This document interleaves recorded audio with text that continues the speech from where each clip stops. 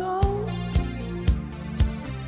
Lips, sweet surprise. Lors des derniers entretiens de Bichat qui se sont tenus à Paris, et régulièrement, on vous fait part de certains de ces réunions de spécialistes. Là, il s'agit d'une maladie qui est assez fréquente, nous dit-on, mais qui est sous-estimée, c'est le somnambulisme. Oui, mais pas le somnambulisme calme, parce que c'est comme ça qu'on l'appelle, mais le somnambulisme sévère. Oui. D'abord, on peut le définir comme ça sera plus clair. Oui, le somnambulisme, c'est selon la racine latine de ce terme, c'est se promener pendant la nuit en dormant. Et donc, le somnambulisme, c'est un trouble du sommeil pendant lequel la personne, à un moment donné de la nuit, va se réveiller, se lever, se mettre sur son lit, éventuellement, donc marcher, aller dans la salle de bain, la cuisine, enfin, toutes sortes de choses peuvent se passer pendant une crise de somnambulisme.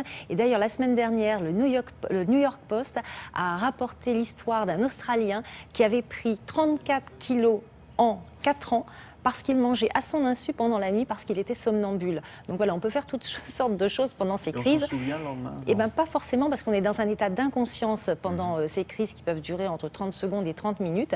Et donc, quand on se réveille, souvent, on n'a que quelques bribes de souvenirs ou pas de souvenirs du tout. Et on peut être violent pendant ces périodes-là? Alors justement, les médecins ont attiré l'attention sur le fait qu'il existe 2 formes de somnambulisme. Le somnambulisme calme, pendant lequel la personne se lève, déambule, va dans sa cuisine par exemple, peut même sortir de chez elle, conduire de façon automatique. Bon. Mais ses yeux sont ouverts? Oui, mais toujours dans cet état d'inconscience. Et puis le somnambulisme qu'on appelle violent, parce que la personne qui est somnambule va se réveiller, peut se blesser. Par exemple, attraper un couteau, se blesser la personne qui est à côté d'elle, peut sortir, et dans quelques cas, rares, mais il est arrivé des cas de défenestration et même quelques cas rares de meurtre et de viol pendant des crises de somnambulisme. D'où l'intérêt vraiment de comprendre cette maladie, de la diagnostiquer et surtout d'essayer de la traiter. Donc comment faire? Je vous propose de regarder ce reportage que nous avons tourné dans un service spécialisé des troubles du sommeil à Paris. Le diagnostic de somnambulisme est relativement aisé par l'interrogatoire de la personne somnambule et surtout de ceux qui ont assisté à la crise. Sur le plan neurologique, on diagnostique le somnambulisme par des enregistrements de sommeil sur plusieurs nuits, avec un enregistrement conjoint de la vidéo nocturne, du son et de tous les capteurs qui vont nous donner une idée de l'activité cérébrale, en particulier savoir s'il y a des pointes d'épilepsie ou s'il y a des troubles respiratoires qui déclenchent les crises. Les crises importantes, elles se manifestent à l'occasion de cauchemars particulièrement violents, souvent, qui me poussent effectivement à agir de façon très rapide, par exemple à m'enfuir si j'ai l'impression que la maison s'écroule ou qu'il y a un danger, ou alors parce que je rêve qu'il y a un intrus dans la maison et donc pour me défendre, je me lève pour saisir un objet. Le somnambulisme n'est pas du tout d'origine psychologique. Par contre, il faut un terrain familial en général, c'est très transmis par les parents. Et puis, il faut, dans la journée d'avant, qu'il y ait eu soit du manque de sommeil, soit de la prise d'alcool, soit un événement stressant, soit un film désagréable avant de se coucher. Et puis, le somnambulisme va se déclencher 1 heure à peu près après l'endormissement, soit spontanément, soit parce que quelqu'un a réveillé partiellement le dormeur.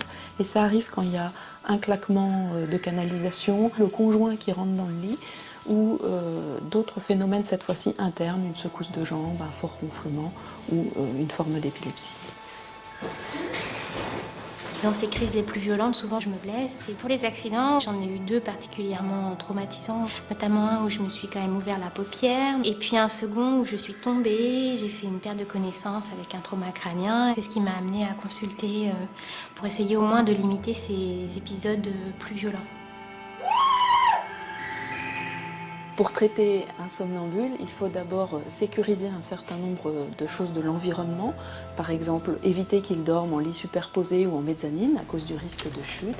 Fermer les fenêtres et les volets, fermer à clé les portes.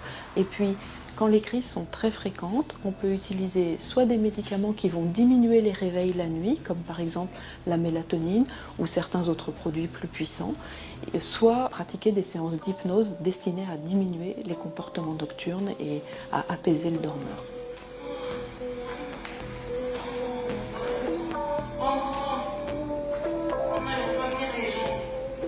Alors là, c'était deux choses. D'abord, si vous vous demandez est-ce que cette jeune femme est enceinte, oui, Oui, elle est oui, enceinte. oui. La deuxième chose, c'est quand elle est en observation dans cet hôpital et qu'elle a une crise de somnambullisme, elle est reliée par des fils un peu partout. Alors, ça l'empêche de bouger? C'est fait exprès ou il faut bien qu'elle... Oui, parce qu'il faut enregistrer toutes les variations du sommeil, et donc c'est pour ça qu'elle est reliée à tous ces capteurs. On a peur pour elle. Oui, parce qu'on se rend compte que voilà, quand il y a par exemple un cauchemar, une terreur nocturne, ça favorise ces crises et ces réveils. Et donc, en fonction de ce qui se passe dans les rêves, vous voyez, donc on peut avoir envie de se défendre et de sortir de chez soi de façon précipitée. Et donc c'est là que l'accident peut survenir. D'où l'intérêt évidemment de prendre en charge ces personnes. L'hypnose actuellement qui est pratiquée dans cet hôpital et qui est proposée à ces patients apporte une aide assez efficace à ces patients. Et il y a vraiment toute une prise en charge globale, bien sûr. Et si vous voulez retrouver ce thème, vous pouvez vous référer au livre du professeur Isabelle Arnulf, Une fenêtre sur les rêves. C'est aux éditions Odile Jacob. On la montre, voilà. Merci beaucoup. On va passer